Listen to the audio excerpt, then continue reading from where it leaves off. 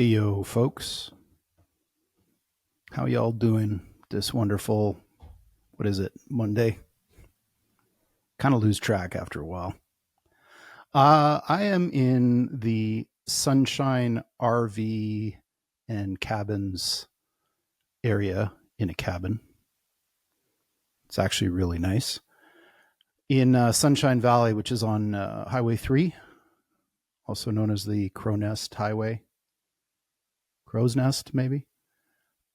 Which goes from Hope through to Princeton and possibly beyond. We're about 15 minutes down the highway from Hope, which, by the way, is where First Blood was filmed.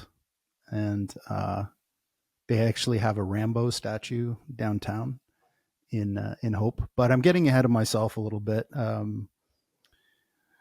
I've been having some pretty long days in terms of the walks. And I thought that Vancouver Island was spectacular, but holy God, the area between roughly Mission and here at Hope is just, I can't even describe it. Like, the video and images that I got are great, but they don't really capture how awesome it is. I mean, if you've never been to British Columbia, even just driving through the on Highway 7 between Mission and Hope, there's just, I don't know, there's just so much to see. It's overwhelming. Like, I stopped taking pictures and video at some point because I was like, every single minute of the walk was some spectacular thing. And I got more in this episode this last week, and just in terms of time of footage, than in any of the previous weeks. And that includes like Tofino and Ucluelet and the rest. I'm probably going to have to cut some of it out just to make this kind of a consumable.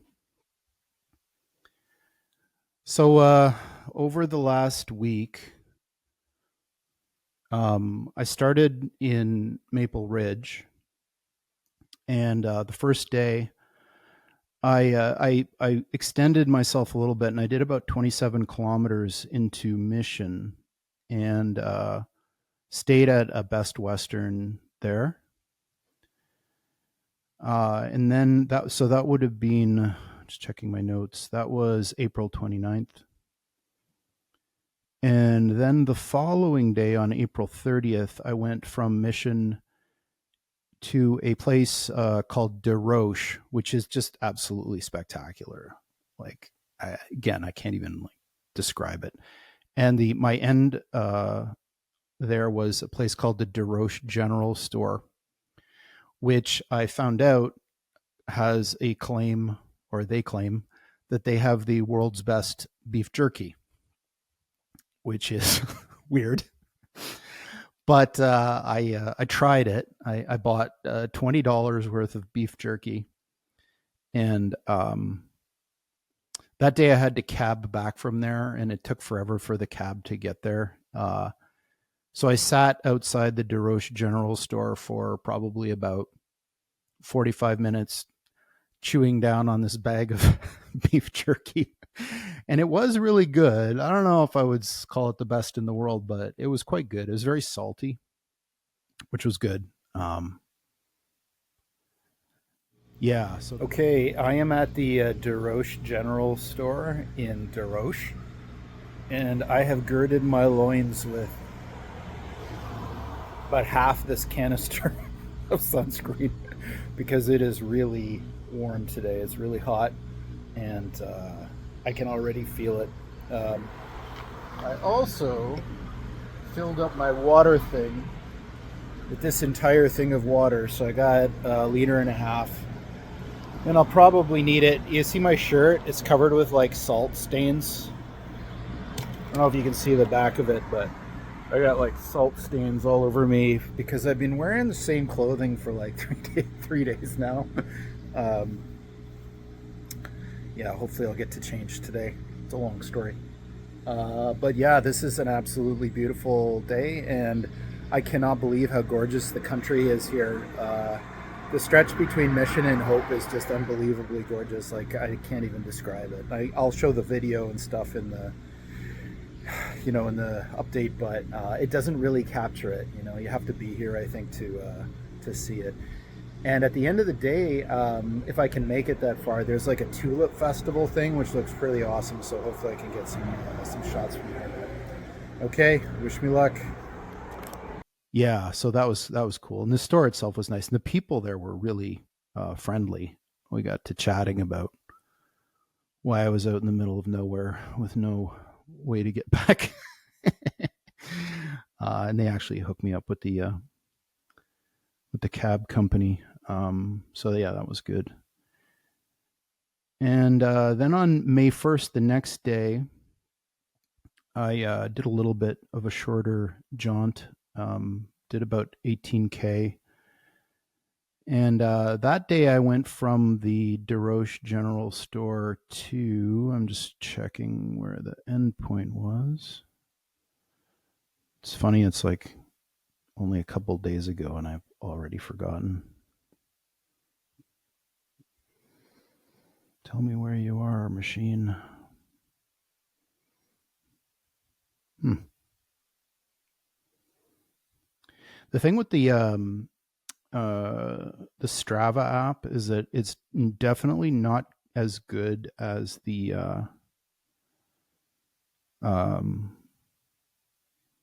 as Google Maps for like place names and things. So I'm looking at the end place. I think it was just like by the side of the road. Like there was nothing specific. It was just a good place to stop. Uh, yeah. So it was all along Highway 7, and I ended up about halfway to Agassiz.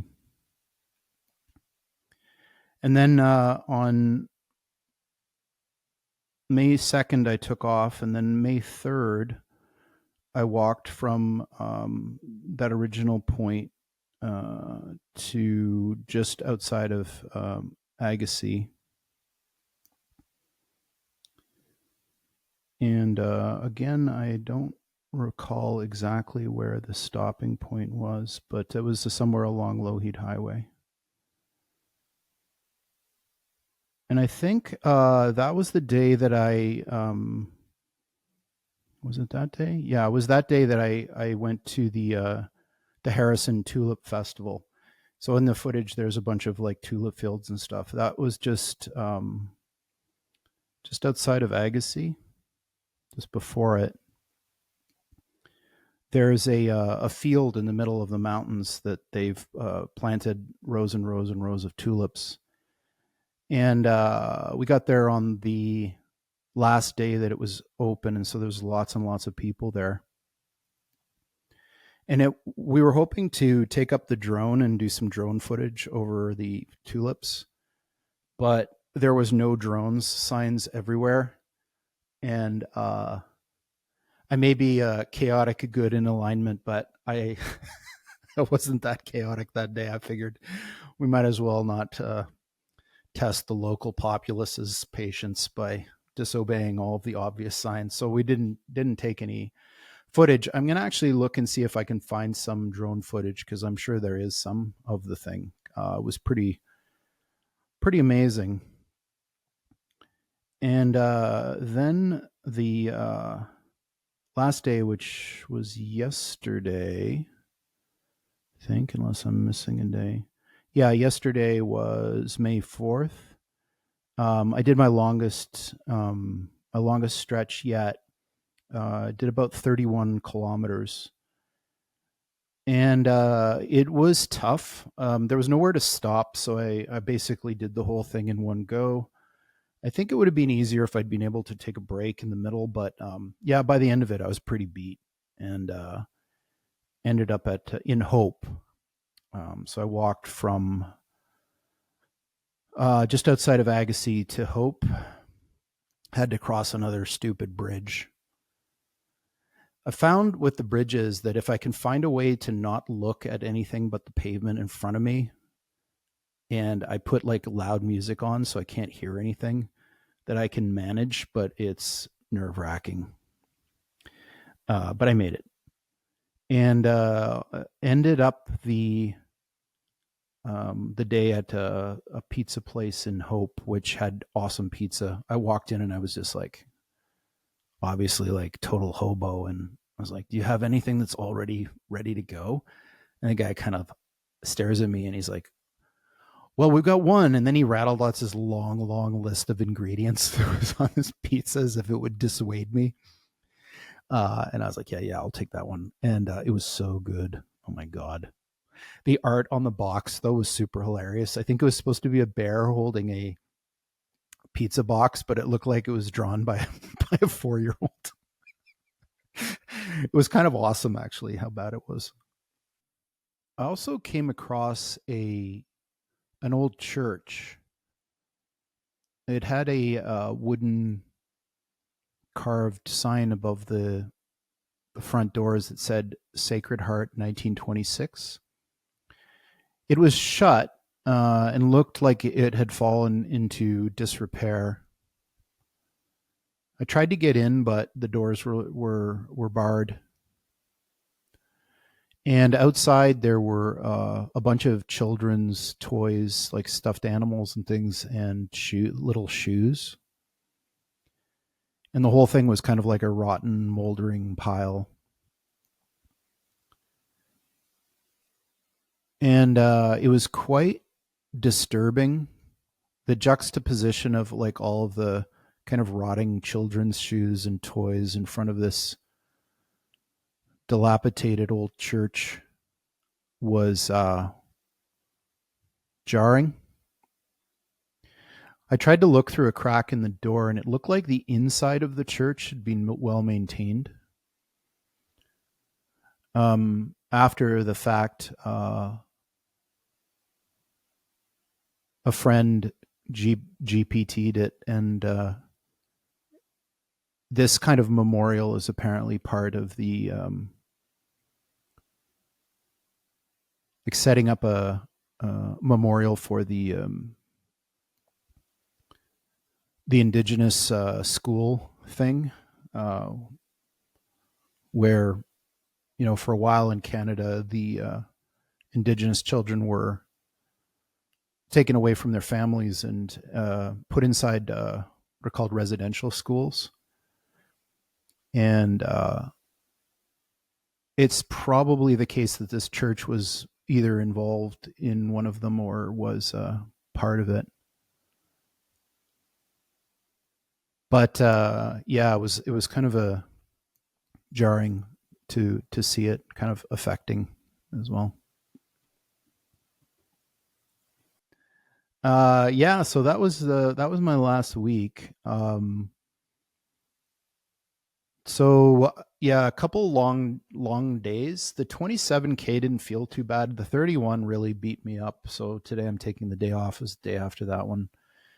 And the scenery is just breathtakingly spectacular. Like I can't even describe how unearthly it is out here. Weather has been great, cool, verging on warm for some days. It's been pretty dry. It's been spattering of rain once or twice in the week, but just passed. And body's holding up. My lower back is sore today. I think this is a long walk, but other than that, my feet are holding up. My knees are good. Feeling pretty good about the whole thing. We're entering into a stretch shortly that goes from Hope to Princeton on Highway 3 that is a little bit remote. Cell coverage isn't great in this area. It's in the mountains, and there's not a lot of people around. So I'm going to be bringing my satellite phone and yeah, a couple other things that I saw along the way that were kind of note. There are an awful lot of highway grave markers, like crosses and bits and bobs commemorating somebody. who's passed. I guess you don't notice them as much when you're driving, but when you're walking, there's like one every few kilometers. And also, I when I was walking through yesterday, maybe 10, 15 kilometers out of Hope, there was like this rough like side passage off the highway. There are a lot of them. These kind of like I don't even know what they are. I don't. They're like probably the locals use them for getting around in the back country. But there was one of these, and usually I just pass them by. But this one had this like really nice, colorful tree, kind of just in sight. And so I went down and checked it out, and it turned out it was like a little cemetery. There's probably no more than 100 markers, and most of them were unmarked graves. But there were a couple that were. It was clearly like an indigenous graveyard, and the some this. So when you're like down on the ground level, and there's something about it that makes things more real.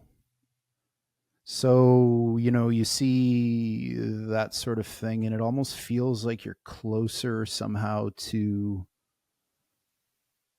the reality of things. It's almost like the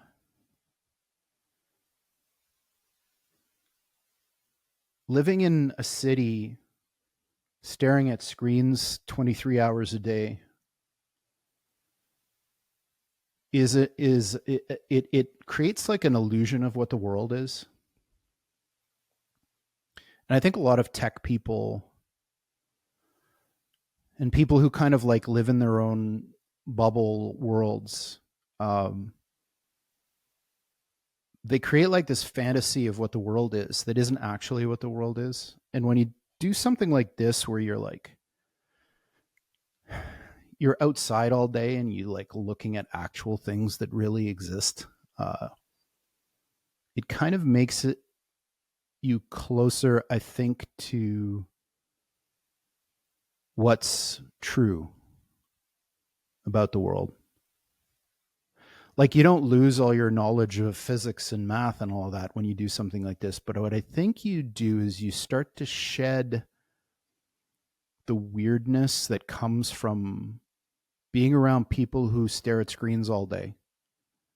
Because the screen stuff is like an illusion. It's a fantasy world that we've collectively created. It's not what's actually real. I think that there's a reason for everybody trying to at least appreciate the fact that the thing behind the screen is a fantasy. It's an illusion. This is maybe most apparent in the world of AI, where most of the people who work on AI are screen starers. I think this is why everybody was so impressed with like the language model stuff, because the text on a screen is, a thing that you can interpret as being real, but it's not really. And I've always kind of understood at some visceral level that general intelligence, the sort of thing that we animals possess, emerges because an entity is confronted with the real world, and the real world is ambiguous, unpredictable, never the same twice. And agents have to adapt to that in order to survive. And in order for software agents or artificial intelligences to develop what we would think of as general intelligence, they need to be exposed to the real world. They need to be embodied. They need to be able to sense the world, act on it, and be able to deal with the realities of its nature. And staring at a screen all day, you don't even really appreciate that there's a difference between the thing that lives inside the computer and the actual real world. But there's a real difference. Anyway, kind of shower thoughts, I suppose. So I was again, I was thinking about what song to use for today, and I was thinking that because everything was so majestic, and I have so much footage, that I should use a song that's majestic and long. So I have just the one that I think will fit. I'm just trying to think if there's anything else that I should mention about the last little bit. It's kind of weird leaving Vancouver behind, but I guess you got to do it. I'm a little bit nervous about the next phase of this, where we have to go off into the land of wind and ghosts along Highway 3. Lots of bears, apparently, even on the highway, and quite isolated. But yeah, we'll just take it one day at a time. Que sera, sera, and all that. All right. Thanks, friends, and yeah, hope you like the song.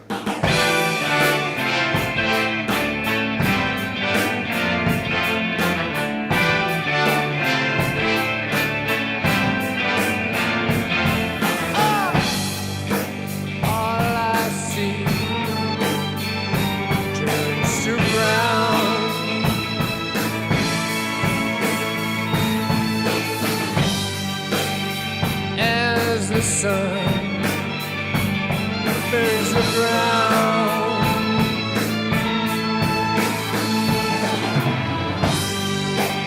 And my eyes filled with sand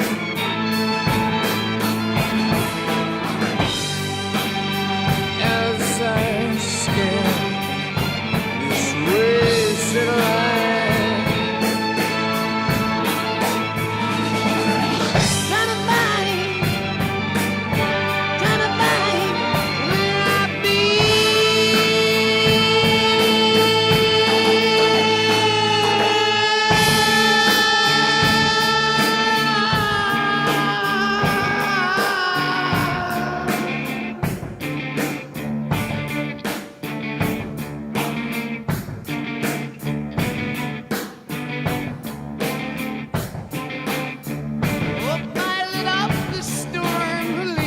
Trace like thoughts inside a dream. Here's the path that led me to that place, yellow desert screen.